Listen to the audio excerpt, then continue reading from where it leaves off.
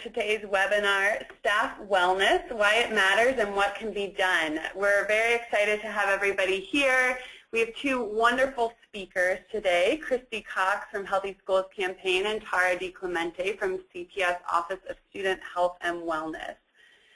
Today's webinar is, we've allotted an hour. It probably won't take the full hour, but we've left plenty of time at the end for question and answers. So throughout the presentations, you can chat in your questions using the questions box on the bottom right-hand side of your screen. Just enter them in as soon as you think of them, hit send them in, and then we'll be sure to get to them at the end of the webinar. And then we also, throughout the webinar, will be doing poll questions that we'll ask you to send in your responses and thoughts throughout the webinar. So please look out for those. Also, we have a lot of resources to share. So at the end of the webinar, we'll be sharing a link where you can access all of the resources mentioned during this presentation. So without further ado, we're going to go ahead and get started. First, I should say my name is Alex Mays, and I'm the Senior Policy Analyst at Healthy Schools Campaign. And I am now going to hand it over to my colleague, Christy Cox, who is going to kick things off for us. And Christy runs our Fit to Learn program at Healthy Schools Campaign. Thanks, Alex. So before we get started with the webinar, I want to just do a quick reminder. There might be a few people on the webinar who aren't currently part of the Fit to Learn program. So I want to give a brief review of what Fit to Learn is and share some of the expectations for those of you who are in the program as a reminder to continue on with your booster sessions. So what is Fit to Learn? Fit to Learn is a free professional development program that we offer Chicago teachers to help them prepare to integrate health and wellness messaging into the classroom. We look to these teachers to be leaders of wellness in their classrooms and also their schools. We ask teachers to implement, we ask them for implementation. So what that means is we ask them to model healthy behavior and then fit their healthy habits into the daily learning by integrating nutrition education and fitness into the classroom. We also ask teachers to promote and share the wellness ideas, not just with their own classroom, but also with other teachers. The thought is that by having a support system in place, it makes implementing the program much more successful throughout the school. And we also like to recognize all the hard work that the teachers do when they are in school. So part of our program is to recognize their efforts and honor them with a breakfast at the end of the program in May so that they know that we really appreciate all their efforts. Some of the expectations for Fit to Learn, of course, we ask that all of our teachers who sign up attend the full day Fit to Learn session, and that takes place in August, and then to attend 3 booster sessions over the course of the school year. We offer a booster session one time a month from September through April, and they're all based on topics that were introduced earlier in the summer, earlier at the full day session, such as physical activity in the classroom, school gardens, and then of course today we're going to talk about staff health and wellness. We ask they share all their ideas and messages with teachers in their school, but also to work with their principal and parents to make sure everybody's on board. We offer an evaluation twice a year for participants to give us feedback on what they think of the program and then suggestions on how to make things better. And then again, in May, we invite them all to a breakfast to really showcase and reward you for all of your hard work. All right, so before we get started, we have our first poll question. And we want to know who's on our webinar today. So are you a teacher, a principal, a parent, or maybe a resource provider, or are you someone else? We really like to know who's paying attention to our webinar. So it looks like we have mostly teachers today, which is really good. Yep. All right, great. Well, we're excited that you guys are here, and we'll try to keep it entertaining and interesting for the rest of the hour. All right, so here's our agenda. For the first half of the presentation, we're going to talk about specifically leading by example. We talk a lot about teachers being role models for their students. So we're going to take a look at that and review how you can be a better leader. Talk to you a little bit about getting physical. So that means movement, and how do you accomplish that in your busy work schedule. We're also going to explore healthy eating and kind of a basic nutrition 101, but that's going to come from Tara since she's the expert on that topic. And then explore ways that you can encourage colleagues and parents and even principals to share in your excitement for being healthy, and then ways that you can stay healthy. So we talk about this a lot. We talk about how healthy students are better learners, and we know that children who are healthy and well-fed and nourished tend to have a better ability to focus. They're less likely to go to the nurse's station with a stomach ache in the morning because they've been fed. Their attention span is much greater, and their behavior is way more manageable. So healthy students are better learners, and we know this. But what about teachers? We don't want to forget you. The older we get, sometimes it's more important to take care of ourselves. And when you're healthy and eating right and getting exercise, we know that there's an increase in overall energy. So as a teacher, if you come to school and you haven't been well fed, or you haven't been physically active, your energy and focus could be diminished. We also know that you deal with kids, and sometimes they can try your patience. And so if you're not feeling good, you might not have the same patience you would normally have for your students. If you look better, you feel better. So improved confidence when leading discussions, maybe even with parents or other teachers, and really working hard to make sure that you're really present and in the moment. And being physically fit can really address all those concerns. So let's take a look at why. Why is it important to be healthy, other than to help you focus and pay more attention at school? We know that obesity is associated with many other health problems, such as heart disease, stroke, diabetes, and some cancer. The estimated medical cost totals about $147 billion annually on direct and indirect costs of obesity. And additionally, there's an increase in absenteeism, lower productivity, low morale, social stigma. All of these can carry over into the school environment. Well, what's wellness? We talk about wellness. We throw this word out a lot, but what does it really mean? Well, it's a state of optimal well-being that is oriented towards maximizing an individual's potential. This is a lifelong process of moving towards enhancing one's physical, intellectual, emotional, and social well-being. So it's not just about being physically fit and looking great. It's also about feeling good about yourself and being able to engage in social settings where being aware and healthy is pretty important. The first part of feeling healthy is to start moving, and for those of you who are currently in the Fit to Learn program, you've seen this lesson plan before.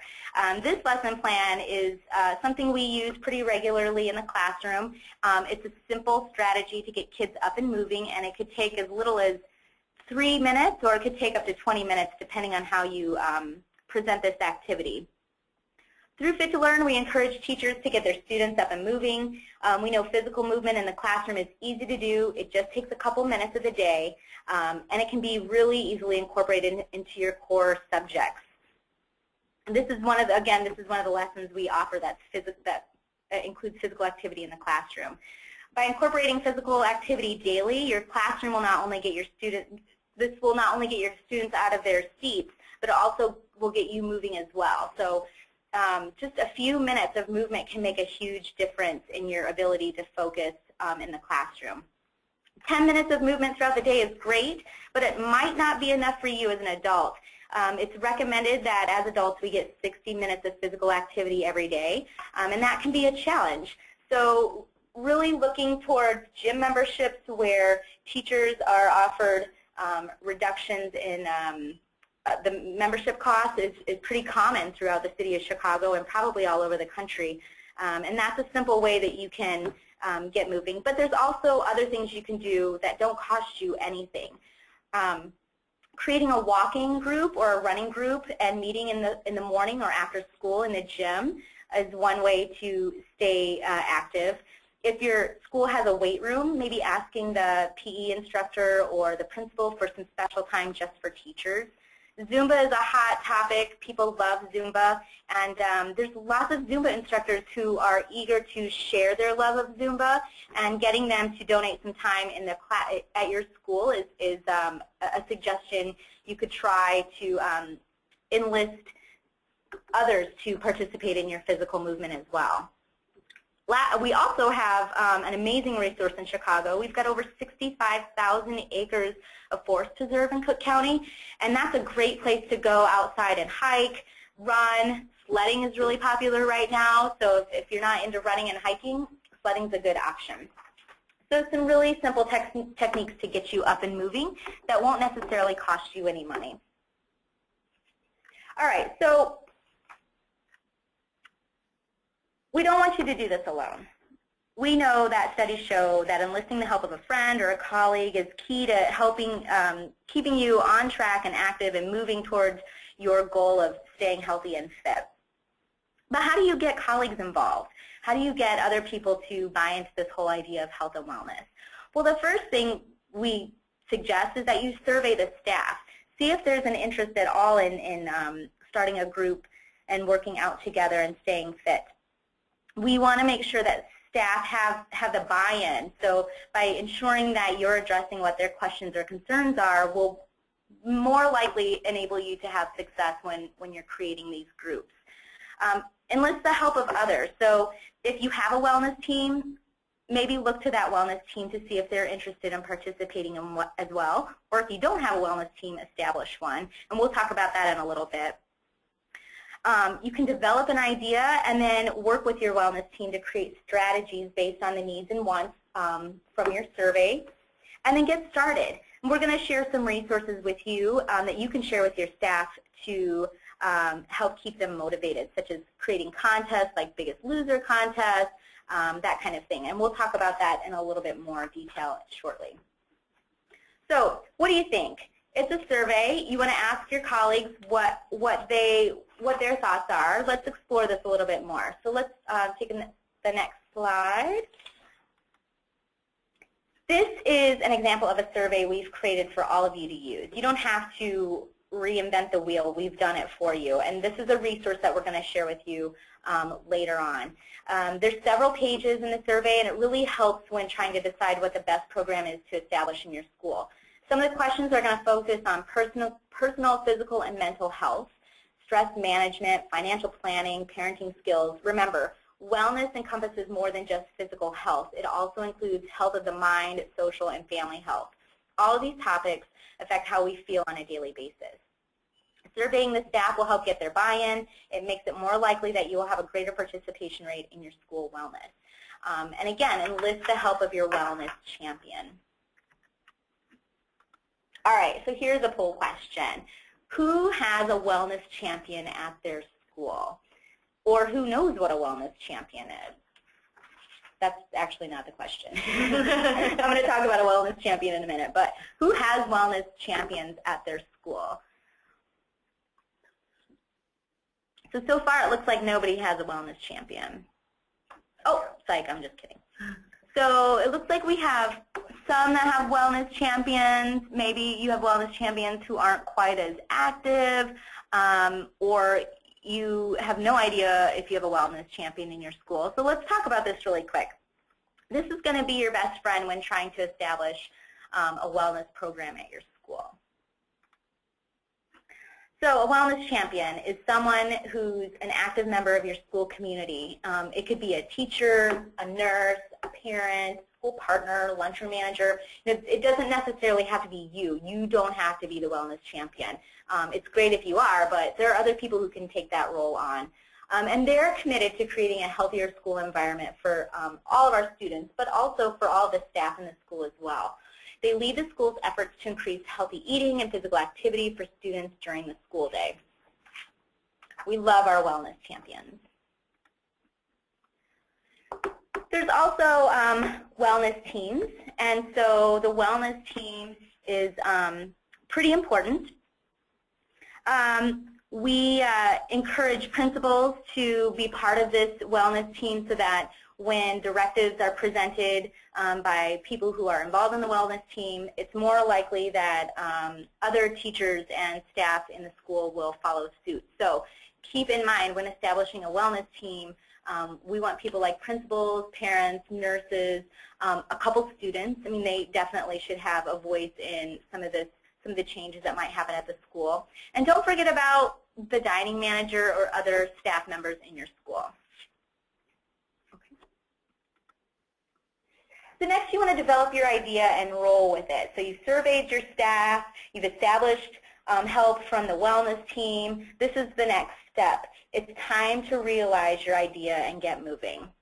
And so we talked about how to motivate some staff at your school. This works really well in many schools, and we know that teachers tend to be a little competitive. So you can do things like start a Biggest Loser contest. If you want to keep staff motivated, put some informational and motivational quotes in their mailboxes. If you have vending machines for staff only and there are choices in there that might not be the best, it's fun to throw little bits of information on that vending machine. Like, for example, if there's a Snickers bar in there, maybe you post a sign that says, Snickers bar, you will have to run 60 minutes on a treadmill to burn all the calories from your Snickers bar. I know it seems silly, but those kind of things actually work and help people make step back and think about the choice that they're about to make. If you have staff meetings, look for healthy food options. So instead of the typical coffee and donuts, maybe you're going to offer things like fresh fruit, whole grain bagels with low-fat cream cheese, things like that. Start a walking club. Share your favorite physical activity. And see if you can't get some businesses in your community to donate gift certificates. So not asking you to spend money on gift certificates for spa treatments and manicures, but a lot of times people in the community are eager to help, and so they're glad to donate items to help you motivate your team. So next you want to get started, and what does that mean? Well, in order to get healthy, you need to know how healthy you are or unhealthy you are. So here's a guide that has some resources for free or reduced cost health screenings. It seems silly. A lot of times you'll see things like ask your physician before you start working out. But it's really important to know where you're starting and then what your goals should be. Your doctor can help you establish that.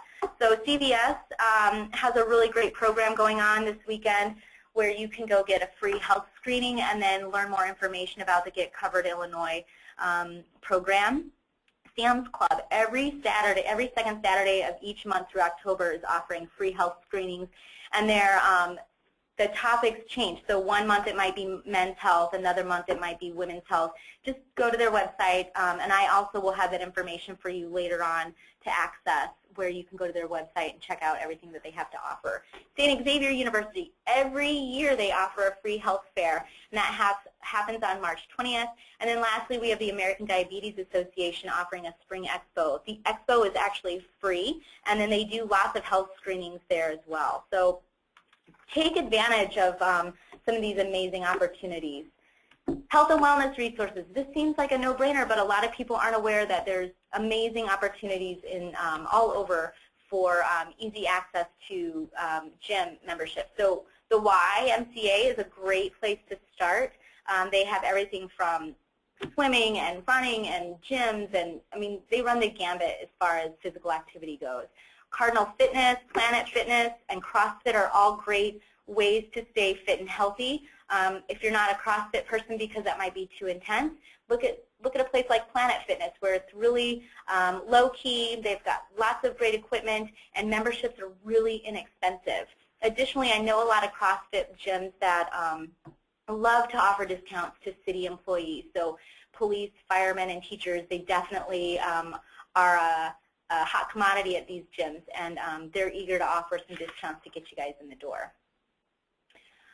Wellness apps, these are great. I'm not sure if you guys have explored this or not, but there's some great apps that you can load onto your phone, and they're really easy to use. So Sporkit is a tool that I personally use. You can work out from 5 minutes to 50 minutes and choose your workout style. So it could be circuit style, you could do yoga, you could do daily stretches, but all of it can be done at home or on the go if you travel a lot. So don't dismiss these apps. They're definitely there to help you stay active and fit. All right. And then, of course, we have our Fit to Learn resources. So on this page, on this web page, we will post the last page that has all of the resources, which also includes all the wellness fairs, and then also our lesson plans. So if you're looking for ways to get your students up and moving, those physical movement lesson plans are on the website as well. So definitely check out that link when you have a chance. So just to kind of recap what we're talking about and what we're asking you to do is to really look at yourself as a role model and really start leading by example. We want you to be fit, so get physical. Start moving your body. When the kids get up to do a little, maybe do a little dance midday because they're starting to lose their energy, join in. You'll notice a big difference with how your day rolls. And don't do it alone. It's really much easier to enlist the help of friends and colleagues to help keep each other motivated. And then again, stay healthy. So really utilizing these free resources for health fairs. I know we all love going to the doctor. I just had my physical last week to tell me I'm okay and healthy, and so it's a good baseline to start from, and then knowing what your goals are, they can help you accomplish those. All right, so I hope that's helpful. These are simple strategies that should be easy to implement, and we're going to learn a little bit more about nutrition now from Ms. Tara DiClemente. Thank you. All right, great. So we're just to kind of piggyback on what Christy was saying, I just wanted to open up the webinar with talking about the importance of being a healthy role model. And so I work in both the Office of Student Health and Wellness and Nutrition Support Services, and we help schools to implement our wellness policies. And while none of these policies dictate or have any jurisdiction over staff wellness, we do have a little line in our local school wellness policy that says staff wellness is encouraged. And so it's great to have everybody join us and to work with Healthy Schools campaign and get the word out there. So the importance of being a healthy role model is that you can really show students what it is to eat healthy and be physically active. And of course we know healthy students are better learners, and that's, we don't have to prove that anymore. We know it's a fact. So now let's talk about how we can just be role models ourselves. This is not to say you cannot have your own indulgences, but when you are in front of the students, it would be great to eat nutrient-rich foods, so fruits and vegetables, whole grains. Make sure that you're drinking water throughout the day to show students that we want them to be drinking water instead of, we know a lot of our students drink a lot of juice, a lot of pop. So by you modeling water, that can help remind them to also have their water throughout the day. If you do want to have a sugar-sweetened beverage, just putting it in a different container. There's so many cups out there with the straws already. You can pour that in, or in a mug or something like that. I can't tell you how many times I walk into a classroom and see a Red Bull container or a Monster energy drink, and we know we don't want our students drinking that, and you might not even be thinking about that they're going to look that you're having it, and they might go pick that up later on in that day. And then, of course, integrating movement breaks for yourself and for the students, which Christy covered very well. So to get just really into healthy snacking, we're going to talk about snacks, beverages, and then I'll show you a few tricks you can use for reading the nutrition facts label. But when you are choosing a snack, it's important to choose something that's high in fiber and protein. And so for fiber, we have fruits and vegetables. All are naturally high in fiber. They're nature's health foods. And then whole grains are going to be where your fiber is in any of your bread or cracker or other snack products. And your protein will be, of course, in any meat or beans, but then any nuts and seeds, your milk, cheese, yogurt, all those kinds of foods will be high in protein. And you want to just choose lower fat items, lean meats, and try to limit your processed foods. So thinking about ingredients, the less amount of ingredients, the better. The reason why protein and fiber are such a great combination is, so I always describe it as sort of that protein and fiber are a magnet for each other. Once you eat something that with those two nutrients in there, it takes a really long time for your body to digest them. So together they're like a super strong magnetic force, and so the longer they stay in your stomach, the more full you'll feel. They'll digest really slowly, which is great for your blood sugar. Whether you're diabetic or not, you really want to avoid spikes in blood sugar. We want to make sure we're avoiding overeating during our meals, and so when you do have your snacks, it helps you to avoid what I call eat the farm. So we know if you wait a little too long between breakfast and lunch, or too long between lunch and dinner, which many teachers do, you're very busy, your schedule's jam-packed, you can go home and just sort of eat everything that you see. But if you try to combine these protein and fiber nutrients, it'll help you to feel fuller longer, and then hopefully we won't have these binges. We also want to make sure things are nutrient dense. So nutrient dense is such a buzz phrase, a buzzword, and what it means is lots of vitamins and minerals without a lot of calories. The best foods for this are going to be your fruits and vegetables. You're going to get a lot more bang for your buck by eating those than eating a bag of chips or a processed snack. Energy dense means calorie dense. It means you're eating tons of calories, but you're not getting a lot of the nutrients in there. Here's just a list of healthy snack ideas. I definitely will not read these out loud to you, but what I think is awesome is as this childhood obesity and adult obesity craze has taken over, the market has caught up, which is good and bad. So they've made some really unhealthy foods fit the nutrients profile that we're looking for, but it's also made a lot of other foods more available. So right now, hummus is a really big popular health food item, and they have those little pretzel and hummus snack packs that you can get. You can get them in bulk, or you can pick them up at corner stores and gas stations and Walgreens and all these stores where normally you wouldn't have been able to get foods like that.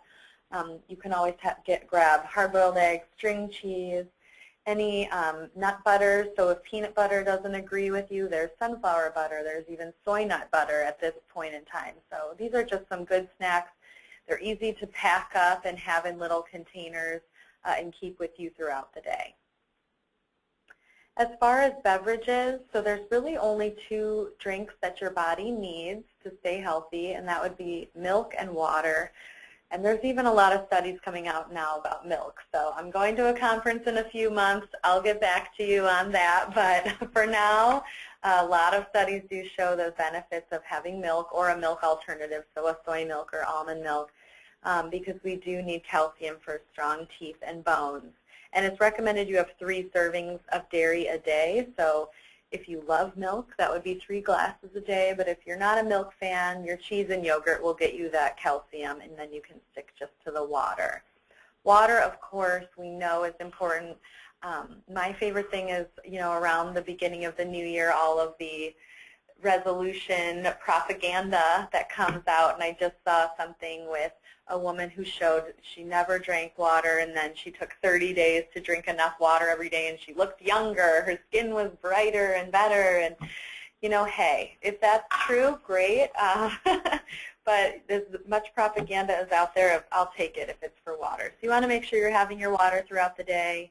It helps you have a lot of energy, too, and sometimes we do mistake feeling hungry for being thirsty. So water is usually just, you can't really go wrong. When we do not choose water, there's a lot of other drinks that are out there. So whether it be an energy drink, a coffee, a soda, a Gatorade, there's lots of other ingredients that are in there. So I just wanted to point out the negative impacts that could be happening by choosing other drinks. And so when you're thinking of bone health, as you get older, your bones just get weaker, and we want to make sure that, and exercise can help that too, but you want to make sure you're not counteracting any of the good that you're doing. So if you're getting lots of calcium through foods, you could be reversing that by drinking anything that includes phosphoric acid, which if you're thinking, oh, I don't know what that is, it's in a lot of your brown colas. So whether that's Pepsi, Coke, root beer, whether diet and regular, it'll have this phosphoric acid in there. And then the phosphorus takes the calcium out of your bones. So if there's any chemistry teachers on the phone, you know that, or if you think back to our chemistry days, we want to make sure we're avoiding that. It's also really bad for your teeth. Besides just the sugar and cavities, the acid can hurt your teeth. And then too much sugar, of course, we know is not good for our pancreas, our kidneys, or heart. It can hurt with those blood spikes, which hurts your pancreas, and then too high of sugar in your blood, it goes through your kidneys and can cause some damage. And then caffeine, 2 cups of coffee a day, that equivalent of that in caffeine, has been found to have some health benefits. So if you're not drinking caffeine, you don't have to go out and start having caffeine. But if you are, it's just the 2 cups, and that's 2 8-ounce cups, not if you're like me and your mugs hold 2 8-ounce cups and you think you can have 2 mugs. That's not the same. So there have been some health benefits associated with that, but for the most part, we want to try and limit. The nutrition label is going to be undergoing a revamp, and if you followed, it came out probably around this time last year that FDA and USDA wanted to update this. I've seen the beginning of it, and it looks good, but guess what? It's still going to be hard to read.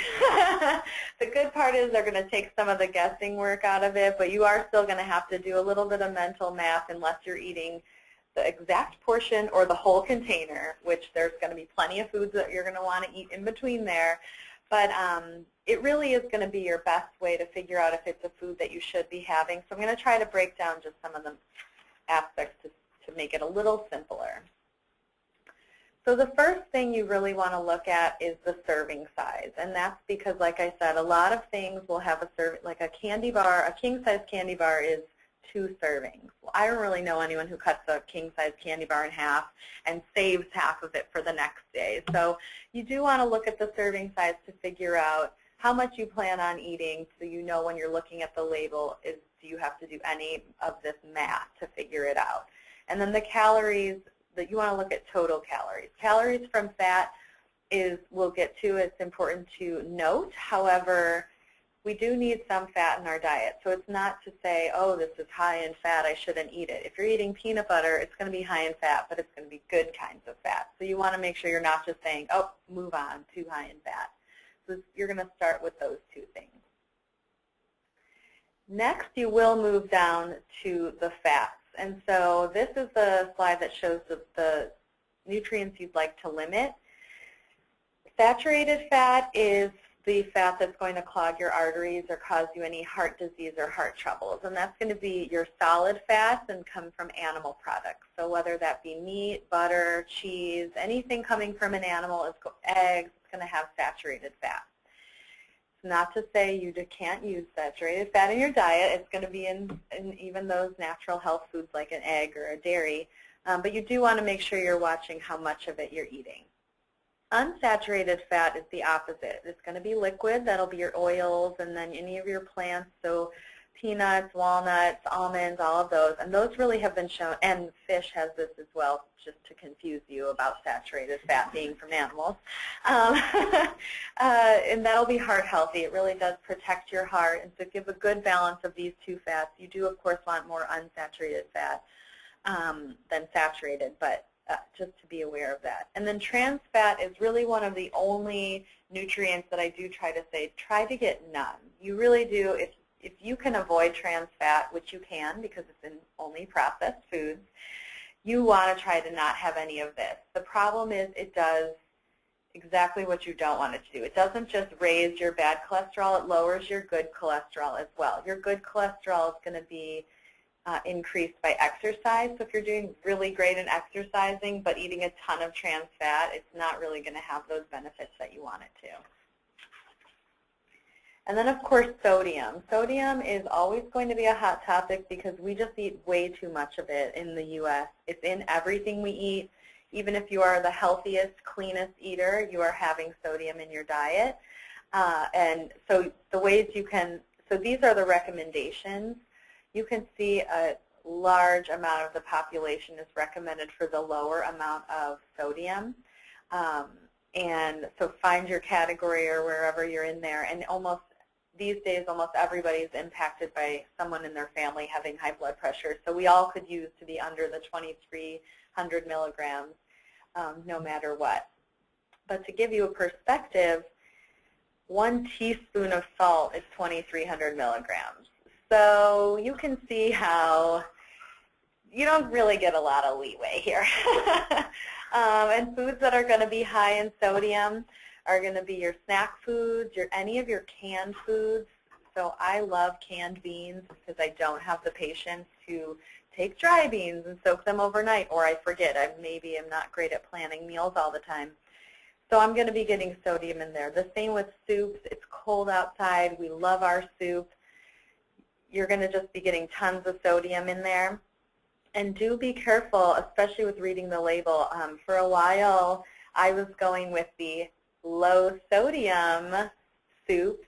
Well, they just divided the serving size in half. So instead of having 1 cup of soup, I apparently was supposed to only have a half a cup of soup, and they can call it low sodium. So really be careful. And we're going to get to kind of things to watch, but it's really not, you don't have a lot of wiggle room here on sodium, so just as much as you can limit, you want to watch that. Fiber, so you can see the recommendations here for women and for men. Americans in general don't even get near these levels, and the recommendations are to increase these recommendations. You'll see this when the new label comes out, but I think it's going up to maybe 28 grams for women and 40 for men. So it's not a huge difference, but it's just interesting. We're not even, I think most Americans get about half of this every day, if that. So, and we're raising it, so it's kind of like we're spinning our wheels here. But keep these numbers in mind and do try to add them up, because fiber can really counteract sodium, high fat, anything bad that you may like binge on or put into your body. I should say unhealthy, not bad. Everything fits. But the fiber can kind of go in there and clean it out. So you want to make sure you're having your fiber. It can help clean those clogged arteries, cleans out your colon. Want to make sure you go in the bathroom every day. So look at your fiber, and that'll have that. It'll have that right there on the label. And then percent daily value, this is what I really wanted to change on the new label, and it didn't change. So it's still going to be there. It's very confusing for folks because most of us don't need 2,000 calories. We either need much less than that, or we need even more than that, depending how active you are. So it's really just a base. If you want to figure out how many calories you need every day, you can Google calories per day, and a million calculators come up, and they're all pretty close to accurate, so don't worry, one's not necessarily better than the other. ChooseMyPlate.gov will tell you, can give you a whole meal plan, but if you did have to if you just were recommended 2,000 calories, the daily value will just give you an idea of, by eating this food, how much of that you're eating.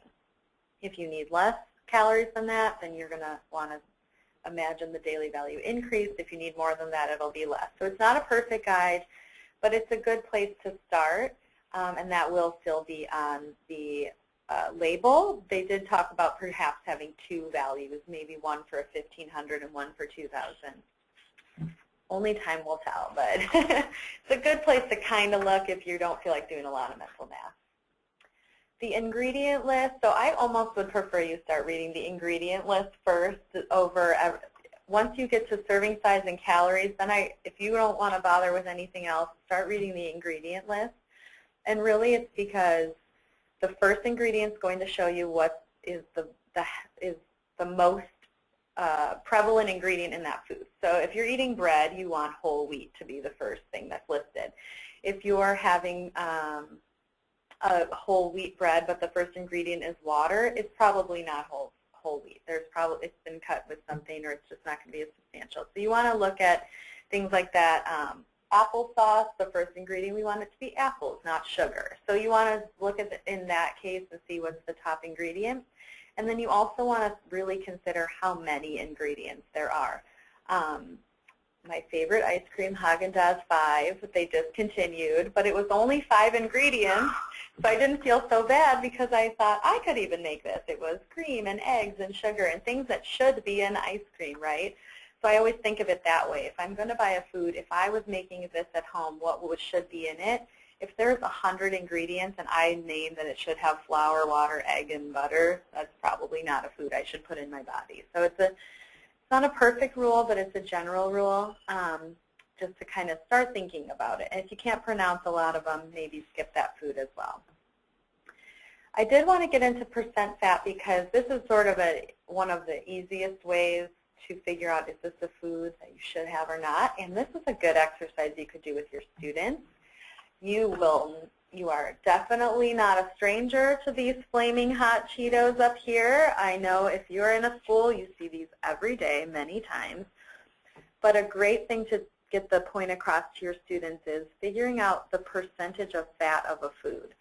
So for Flaming Hots, if you take calories from fat and divide it by calories, Flaming Hot Cheetos are almost 63% fat. And so while to an adult, of course, we know that's high, to a child they might still be like, well, that's still not 100. But then I like to say it as, okay, let's think of fractions. If 60% of this bag of chips was filled with butter or lard, you wouldn't eat it. And that's really what's happening here. So there's lots of fat in there, and we want to make sure that they're not eating it for other reasons as well. But it's a good exercise. And then we have our baked Flaming Hot Cheetos, which of course are healthier, right? But you can see these are still almost 40% fat. So it's really not, they're not changing the product so much that they're better for you if it's baked. So it's really, we want to talk to our kids just about what can we get rid of these flaming hots, you know? So good things to do with your students. I put up some pop. I should say these are not brand specific. Any of these types of foods, I know now there's like Flaming Hot Funyuns, Flaming Hot Cheese Strings, so it's not just Cheetos anymore. So the same with your pop. Here you can see in this 20 ounce, and they've done a lot of labeling on products already on the front of the product. If you only have 8 ounces of this, then you'll have, or you wouldn't only have 8 ounces of this, right? We know that people are going to drink the whole 20-ounce container. But you can see if you did only have the 8 ounces, it's 100 calories. If you have the full 20, it's 250 calories. This is about the size of a snack or about half of your meal. So it's kind of thinking, is this worth it to have a whole thing of pop, or should I have some pretzels and hummus and actually feel full? Energy drinks. I always say everything fits except energy drinks. So energy drinks are just nothing good for you. They're lots of sugar, too much caffeine. It's better to have a coffee with mocha, caramel, whipped cream, because at least your body can digest it and it's real ingredients instead of these energy drinks. And it's just, these are being targeted to our teens especially. So if we can just talk to our students, and if you can, if you're going to have an energy drink, not having them in front of students, it's so important. But you can see here the difference. There's 8 ounce. They don't even sell 8 ounce drinks anymore. They're all at least the 16 ounce can or then the huge 24 ounce can. But tons of calories, tons of sugar, and you can see they still put the serving size though as 8 ounces, even though they're going to drink the huge can of it. And then the last one to talk about is just our Gatorade, Powerade, our sports drinks and vitamin water, all of these things where they're marketed as healthy and we need them if we're active. And I can't tell you how many times I've been at the gym working out and I see someone just dripping sweat and they've done this great workout and they're just chugging a 32-ounce Gatorade. And I'm thinking, you just burned no calories basically because you did all that work and you put all those calories back in with sugar. When you sweat out water and salt. Remember how we talked about you eat enough salt? So just put the water back in. We're really not needing electrolytes unless we're like LeBron James, we're a marathon runner, or we're out there in the sun playing a soccer tournament. These drinks just should not be consumed by children or adults. And the best replacement drink is really just some chocolate milk. A lot of studies show that. So got the sugars and the potassium and everything. And then finally, just making sure we do not fall victim to these health claims where things are fat-free or sugar-free. If they take something out, they put something back in. So to decrease fat, that's going to take away some flavor, take away some mouthfeel. That means sugar's going in. We're more salt's going in. And it's the same thing with sugar. If it's sugar-free, they're putting in more salt or fat, or they're putting in a sugar replacer, which are, the jury is still out on if we should be having those artificial sweeteners or not. So just being aware of this. If you pick up reduced fat Cheez-Its and compare them to regular fat Cheez-Its, you might as well have the regular fat one because you're having way more sodium and sugar in the reduced fat, and it's not that big of a difference in calories. So just being aware of that and comparing labels. So in summary, I think we all know the importance of being a healthy role model. Our teachers are doing everything out there. They're teaching. Our schools are doing a lot of stuff. We have food. We have for our students. We have activities for our students. So making sure we're just having everything be healthy and that we're modeling that behavior. And then for yourself, just so that you're feeling your best and every day at work, making sure you're choosing those healthy foods. You'll have a lot of energy. You'll feel better, look better, and then your students will see that, and they'll have that great energy from you, and it can keep everything going in our school building. So thank you so much. This is one more reminder. I always forget to tell people about this. We do have a free health curriculum available for all CPS staff. This is just the activation code. We've had this for about a year, and we have grant funding to keep it for this school year and then one more school year. And there is a free access to something called Go Noodle, which is a physical activity breaks. But feel free, go on there. It's K-12, Common Core aligned, and it's there, so you might as well use it. And then this is my contact information. So thank you. Great. Thank you so much, Tara. That was wonderful. And I know I just learned a lot, so I hope everybody else did as well. So we have about 10 minutes left, so we wanted to go ahead and do our question and answer session. And also, this is Christy's contact information is up on the current slide that you all see. So please feel free to send in your questions through the question box. We've had a number of questions come in, and so we are going to go ahead and take those, and then feel free to keep on sending them in. So our first question, either Christy or Tara can take this. So Valentine's Day is coming up. So what should teachers do to stay in line with health and wellness? And do you have any ideas for healthy ways teachers can celebrate Valentine's Day? Oh my gosh, we have ideas. And if you all have ideas, feel free to chat those our way as well, and we'd be happy to share with the rest of the group. I know that Valentine's Day is almost as exciting as Halloween, and it's that one time of the year where people are really excited to get candy, especially kids.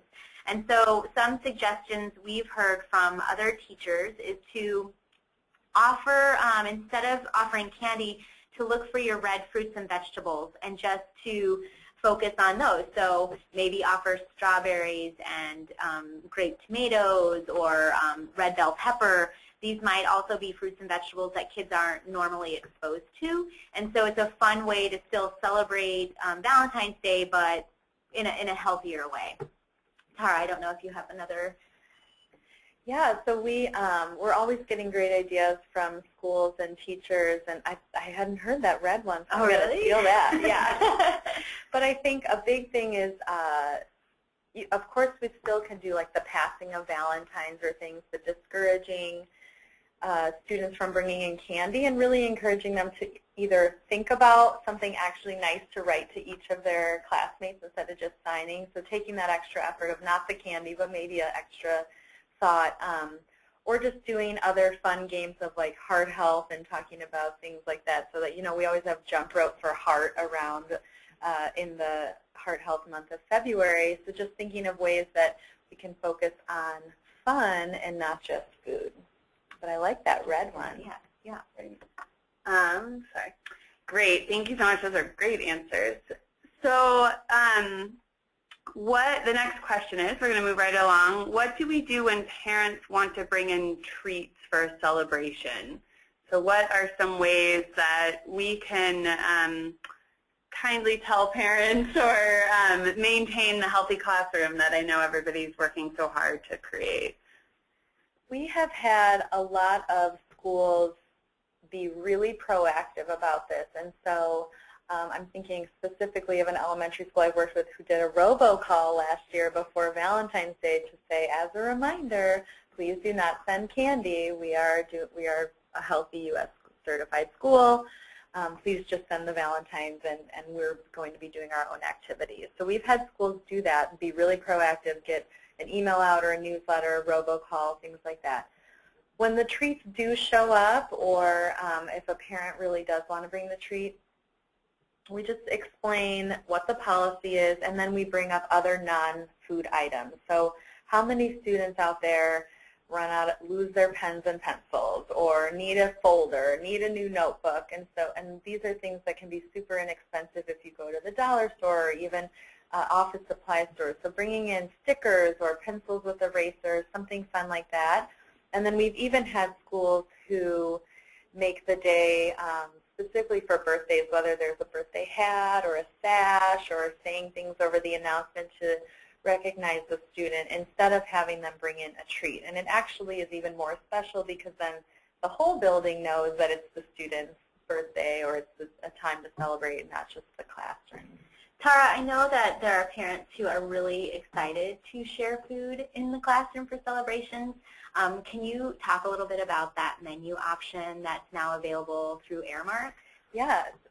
So we have a healthy menu, healthy celebration menu that can be ordered through the Dining Center.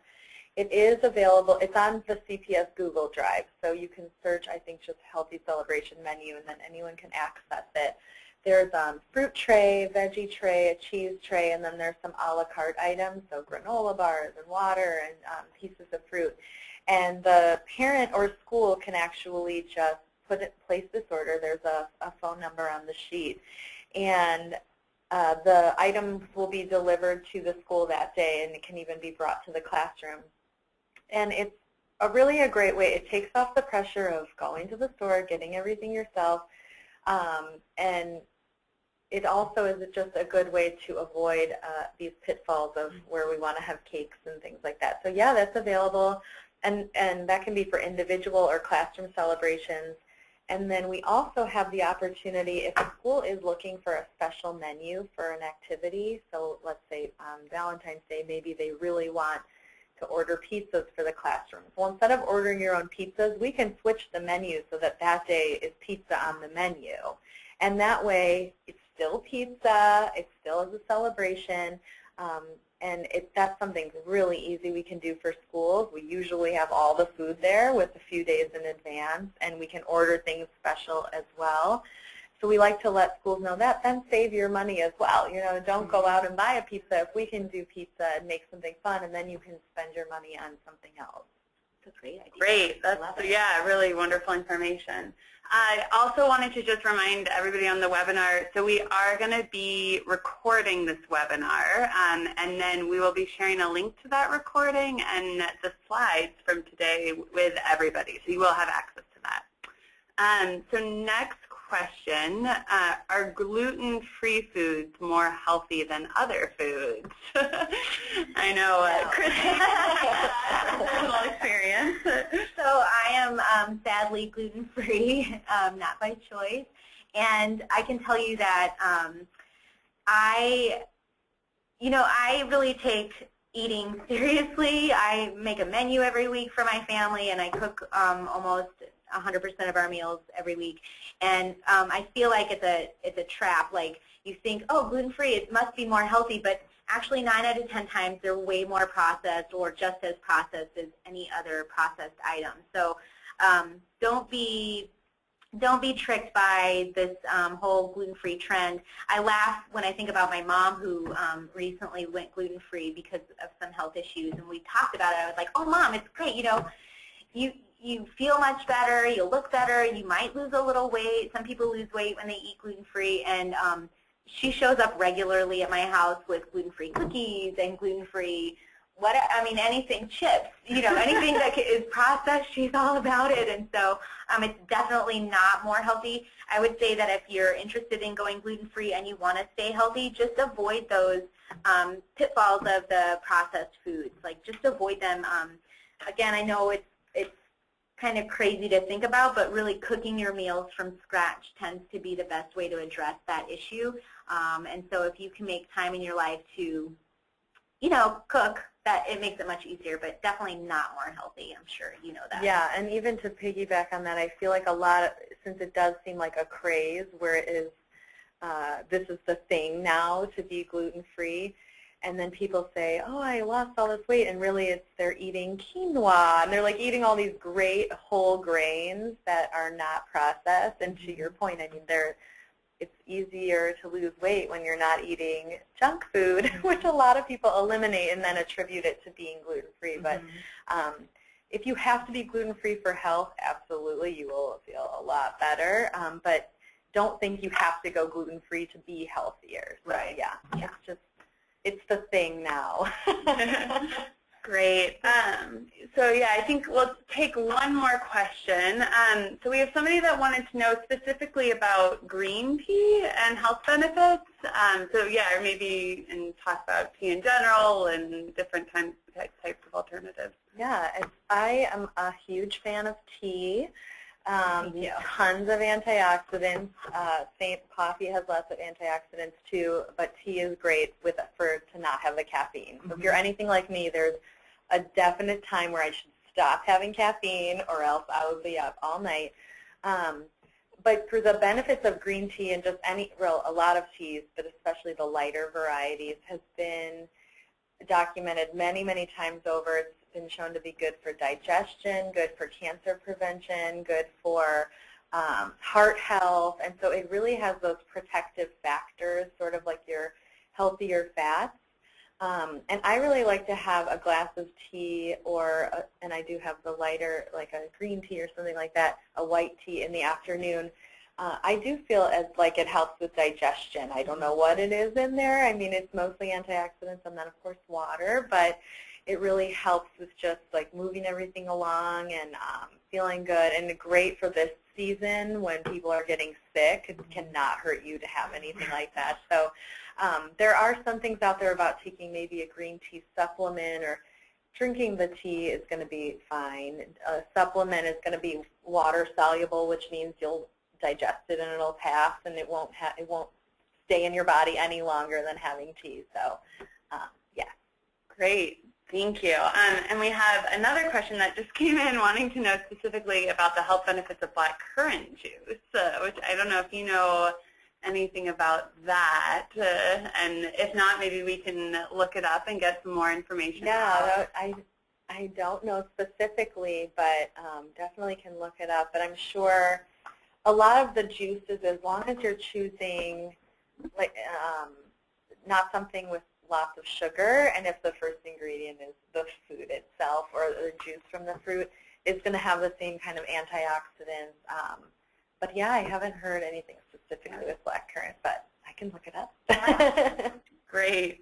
Oh, okay. We do have one more question came in. Sorry, it's good. We're getting I love it. Which I think is an interesting one. So what about stevia or plant-based sweeteners? So yes. This one comes up a lot, and I kind of go back and forth on it because, technically it is plant-based. For me, and this is my dietitian opinion, and you can probably talk to just as many dietitians who have opposing views, but I really think with sugar, it's how much are you putting in there. So if you're eating raw, if you use sugar in the raw sugars, the less processed, and you're having 1 tablespoon a day, that's 15 calories. That's walking probably like from your house to your car, from your car to school. So it's really considering how much. If you're a person who would put a ton of regular sugar in, then putting in a replacer will help you with calories. And a plant-based, of course, I'm always going to be more of a proponent for plant-based and natural than the artificial. But if you're really not using that much sugar anyways, if you're a 1 packet of Splenda or a 1 packet of Truvia, you could probably adjust your own taste to actually be lower and just use very little sugar. The hard thing is with stevia and Truvia is new, and we don't really know what the effects may be down the road. Think Tab soda and NutraSweet and Sweet and Low was like the thing in the 80s, and then all these studies came out that said we need fat and we shouldn't have been having all of these artificial sweeteners. So I think the science isn't really in on it yet. In 10 years we might know if we should be having it or not. But for me, with any sweeteners or sugar, natural sugars, it's really how much of it you're having. Great.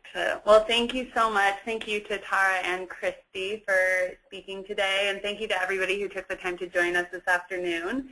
So once again, we'll be sending out a link probably at the beginning of next week with where you can access the recording of today's webinar and slides. So thank you so much for joining us, and enjoy your evening. Thank you.